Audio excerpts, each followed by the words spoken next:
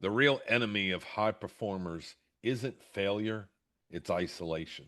Welcome to Huddle for Success. I'm your host, Dwayne Gibbs. Alongside me is my partner, Mark Bruce, where we come to you each and every Monday with a new episode. And today is definitely a great topic, and it's overdue. We definitely needed to have this sooner, I think. And so I'm excited about it. Good morning, Mark. Good morning, Dwayne. Yes, absolutely. This is a very important topic and one that you and I can relate to a lot. Yeah. Let's dive into this, and it is about isolation. The real enemy of high performers isn't failure, it is isolation. And so most leaders don't slow down because they're failing, they slow down because they're carrying everything on them. You know, what I mean by that is they're making the calls, they're holding the vision of their system or program or business or life all to themselves, and they're just not able to work it out. And being the stronger person in the room all the time isn't really winning. It's not always the best way to go. And so, Mark, I would ask you this: when you hear the word isolation in the contents of leadership and performance, what really comes to your mind? I have a couple questions I'll pepper you that I put down. I sent over to you. Hopefully you got them. But what's that mean when you hear that? Well, I think back to when, I was 26 years old. My wife and I started our own company, and we had the responsibility to do everything. We were the accounting department, the sales department, the maintenance department. We had all the, and, we were high performers and we knew we could do it all. And we were the decision maker. Hmm. Everybody relied on us. We had the pressure to make sure that we had the answers. And man, that can be overwhelming sometimes where you don't want to ask for help because you want to be able to do it on your own. I don't know. When I did learn eventually that it was okay to find somebody that had more experience and ask. Um, I think, leadership, you need to lead yourself first and you need to understand when you need to find help. The better you get, the fewer people that you feel you can talk to honestly. But, um, you don't want to, I don't know, you don't want to bother people, but you decide to just carry it yourself and try and, you know, be the person that does have all the answers. And that's what the trap is. That's isolation. It doesn't come from weakness. Most of the time, I think isolation comes from strength. Yeah. The stronger you are, the more you think you should be able to do. So just, you don't ask. You just stop slowing down. You try and do it all yourself. You stop letting people see that, hey, maybe you don't know all the answers. Yeah. Have you ever felt like you couldn't talk about what you were dealing with because everyone thought that you were doing fine, that you had it all handled? Well, sure. I mean, you don't want the people that report to you, the people that are counting on you being a leader, to think that you don't know what you're doing. Yeah. Confidence is what all good leaders portray.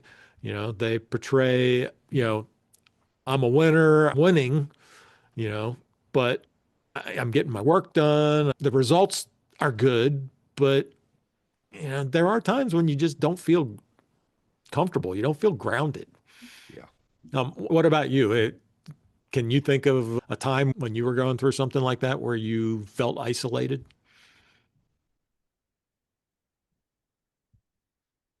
Um, yeah. I mean, I felt like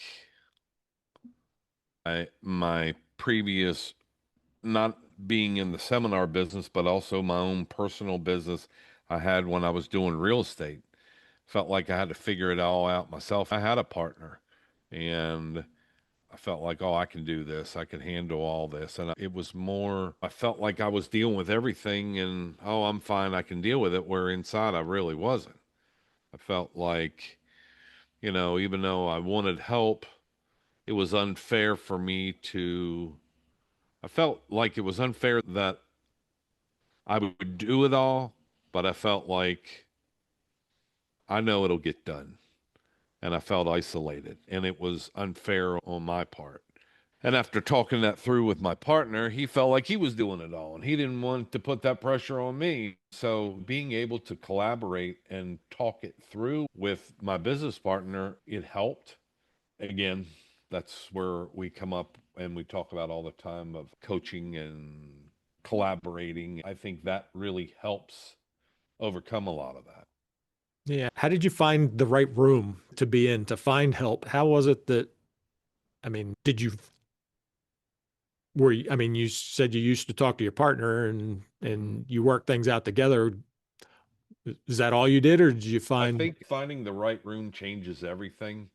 Everything shift from me when I got into the room. I wasn't carrying all the load. I was able to talk to like-minded people. I was able to talk about positions and things that I was dealing with that I've experienced and hearing people that experience the same thing or have felt the same way. yeah, That to me was the right room. It took a while. Like you've been in several mastermind groups, or, people say, oh, mastermind group, would you have 20, 30 people in it? Listen, a mastermind group is two people.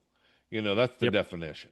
And so a lot of people think, oh my goodness, mastermind, I don't want to talk to 10 people.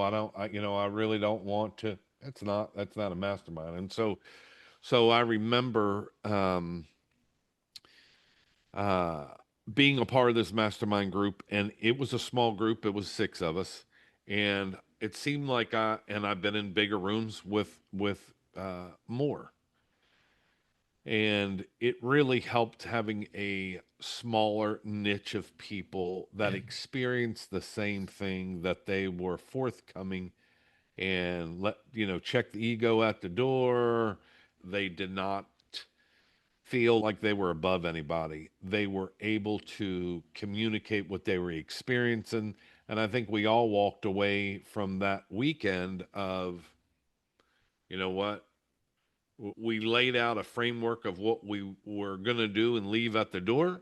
And then we're going to be an open book throughout the 2 days. And then once we leave here, we're going to evaluate that. And yeah, um, that's why I love our scorecard so much, that when people come on board with us, we kind of do the same thing. We evaluate, we gauge everything to where they know they don't have to do, you don't have to do everything.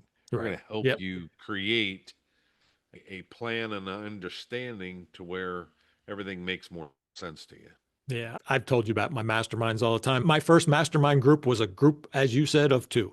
It was me and another guy. And, he was in the Midwest, I was on the East Coast. We were in the same business, had similar, we both liked basketball. We both liked sports and, you know, we both did similar things. I used to call him the professor because he had read every single marketing book and business book ever written at the time, it seemed like.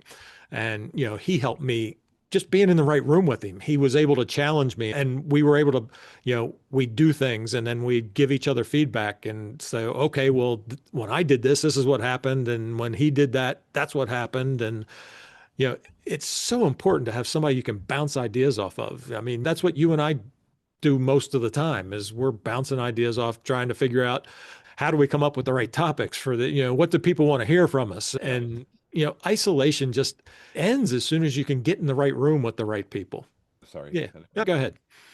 Have you ever been in a place, in a session with your group, where the people around you, everybody was there, but you still felt alone, like you weren't getting really what you needed? And how did you identify that? Um, I would say that when I was in a room with people that didn't have the same desire to grow as I did, and they just accepted what was, Yeah. and they just wanted to keep doing the same thing. The same thing worked. It might not work quite as good, but it's still working, and we're just going to do the same thing. When I was with a group of business owners like that, I could tell I needed to find other people that could expose me to more. They could, Mhm. I needed to find people that weren't afraid to try new things. I think that when you get in the right room with the right people, you'll know it. And they're the people that make you stretch. So, um, I yeah, think that what and I agree with you. Knowing that you're in the right room is when you feel challenged, when you feel like, okay, someone's going to hold me accountable versus me holding others accountable and then getting disappointed. Feels like you're not having to carry everything and be so creative on your own because we talk so many times about everything being so fast paced and so busy that we get overwhelmed at times, and I have over the years, especially with traveling so much, leaving out on Thursday, being home on Monday, and then having 2 days to readjust and going out a new event, a bigger city or a smaller city, and making sure that I'm delivering the message that needed to be met. A different group of people, higher level of investors or people that I don't know that they weren't as savvy, and then being able that you're always having to deliver a message that people get. You know what I mean? yeah, Um, yeah. yeah, Well, one of the things that I love about you as my partner is, we'll be stuck on something and you're like, hey, wait a minute, I'm going to call this guy. And you'll call somebody and they'll have the answer. They'll be able to figure out how to fix something that we need fixed. I get in trouble for that because Diana sometimes will say, let's just talk it through. You always got to call somebody. Can't you Hey, just text them? And I'm like, I get the answer, don't I? And she's like, I don't know how you do it. It's like MacGyver. You come up with the dang answer and the solution. And I said, yeah, sometimes you feel like a jack of all, master of none. And what do I say all the time? I may not know everything about everything, but I can tell you a million different ways of how not to do something. And when you feel isolated and not being able to have all the answers, you feel trapped. yeah. Hey, I mean, yeah, absolutely. Um, Let's see. that, I have another question for you. okay, I was going to say the cool thing about today is, with Zoom and with people carrying their, back when I started our first tanning salon in 1986, there were no cell phones.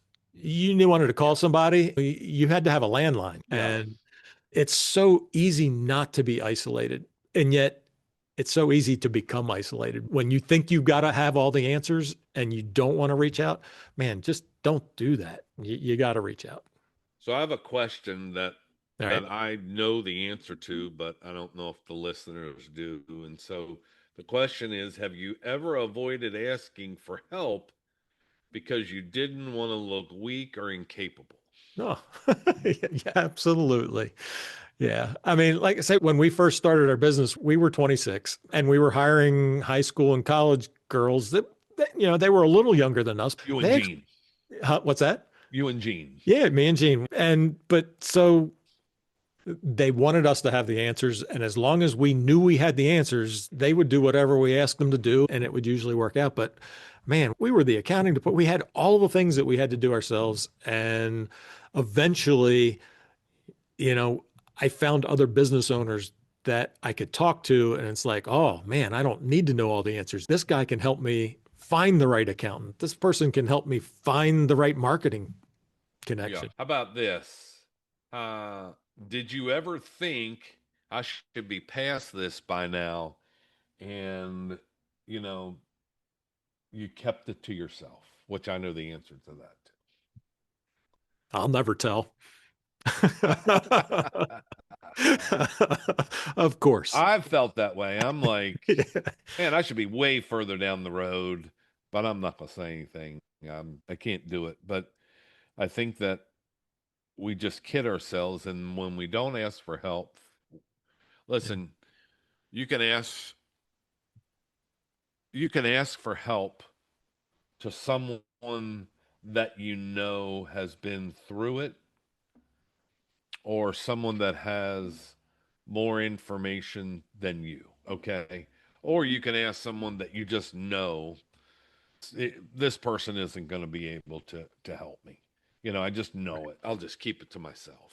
Yeah. I think when we keep things inside into ourselves and not being able, again, to collaborate and discuss what's holding you back, life becomes, as we know it, of being so fast. The older that we get, boy, time just goes by so fast. And um, I think it I happens a lot. just I'm sorry, go ahead. no, I'm so grateful that our business empowers people to where they don't feel isolated. Yeah. They feel like their voice matters. They feel like I'm in a position of weakness where I know I need to be more in a position of strength, and I get answers. I get help. I get direction. I get clear. I'm not feeling trapped anymore, and things all of a sudden start making sense. Yeah, they're part of our team. They're in our huddle, Yeah. and you're not by yourself. But I know why it happens. I mean, you look on the outside, you look like things are going really well. And you don't really want to say, well, hey, I sold this business, but it wasn't really because I wanted to. It's because I had to. You don't want people to know that. You want to keep that air of being successful because confidence is confidence. Confidence is a way to influence people. And I got to a point where I found a coach. The coach was able to get me out of my own isolation, help me realize that it was okay to ask for help. It was okay to find a new team. So, have you ever felt like you always had to have the answer? Oh, yeah. I still do at times. I feel like I've been successful. I've achieved so much. I should know the answer to this. And Right. if I can't pull it off, I really do know it. I'll find it. I'll figure it out. Mm-hmm. You know, but that's not always the right way. It's not always the fastest way to achieve your goal. Yeah. Totally understand. So, how about yourself? Have you ever caught yourself thinking nobody really needs to know what's going on? Or, I mean, I guess, is it relatable to them? If it's not relatable, then what do they really need to know for? Yeah. yeah. Any other question? Have you ever stopped explaining to somebody what was going on because you just didn't think they needed to know? I felt like I needed to explain to get my point across, and maybe, I think that if you're within a group and they don't understand what I'm saying, well, maybe I'm not clear about my message. So I need to continue to explain, if that makes any sense. I feel like if I don't explain, then I'm putting Well, myself in a box of isolation to where I'm not, I'm just, okay, I'm done with it. Let's just move on, and not explaining my situation or what I need to talk about. If it doesn't come out, well, then you automatically put yourself in that box. do you ever find that being more successful makes you less open to opening up to people? Say that again? Have you ever noticed that, or do you feel like the more successful you become, it's harder to open up people? No. No? Yeah, you're Nope. an I open book. feel like, huh? You're an open book. I am an open book. And so I like talking about success just because that's what's gotten me there. I like being able to share information. I'm just a people person. So to talk about anything, I can talk about anything you want. If I feel like I can really add value, then I really like talking about it, because again, like helping people. And that's why this business resonates so much, I think, not only with you, but with me, because we enjoy helping people. We enjoy Yeah. seeing people get further down the road. I like talking about success, but I think as you talk about how you, and let's talk, let me say this. I don't mean bragging about yourself. I'm talking about success that can create success for others. I don't want it to come across as bragging, just experience and success, and also talking about failures. What we've experienced over the years, what didn't work or what someone shouldn't do. I feel like that is Oh, success as well. yep. Yeah. And we're not trying to fix people. That's not what we do. We don't fix people. We kind of, our goal Huddle for Success is to put people in the right environment Yeah, so that you're not isolated, so you can grow again and you can, hit a new level that maybe you couldn't see it. absolutely. Yeah. Listen, that's all I got for today. What else you have? Anything? I think it's a great topic. I hope that if anybody needs somebody to bounce an idea off of, they take us up on just, go to our website, huddleforsuccess.com, click on schedule a call. We'll Yeah, talk. We'd love to have a conversation with you, see if we can help get you unstuck or not feel so isolated, point you in the right direction, because that is our goal at Huddle for Success, is to help as many people as we can this year.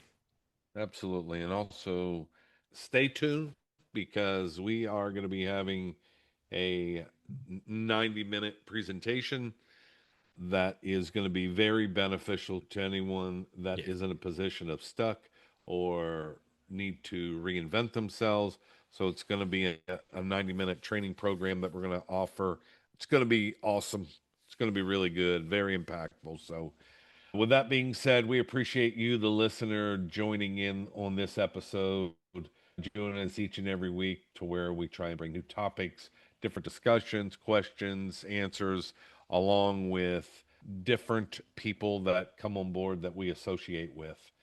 Recently, we had Jimmy on board who talked about AI, Mark's brother-in-law, which I found a very interesting conversation. And so from time to time, we bring new guest speakers on, bring old speakers back that are constantly evolving as well. And so, again, we appreciate you, the listener. And with that being said, enjoy the rest of your day and stay huddled up. Thank you for tuning in to this week's episode of Huddle for Success. If you found it helpful and want to support others on their journey, share this podcast, leave us a rating, and drop your thoughts in the comments. We'll see you next week on Huddle for Success. Stay huddled up.